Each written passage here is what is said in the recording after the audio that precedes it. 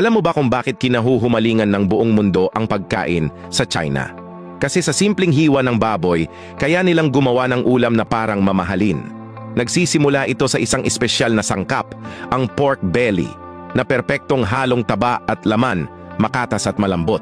Hinuhugasan muna ito at hinihiwa ng makakapal na piraso, tapos diretso sa mainit na kawali na may kaunting mantika, habang dahan-dahang lumalabas ang natural na mantika. Kapag halos luto na ang taba, hahanguin ito at pinalalamig.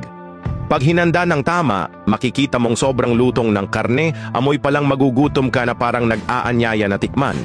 Ilalagay ito sa malinis na clay o ceramic pot, selyado, sunod ilagay ang ginamit na mantika at hinahayaang maluto ng mabagal sa malamig at madilim na lugar.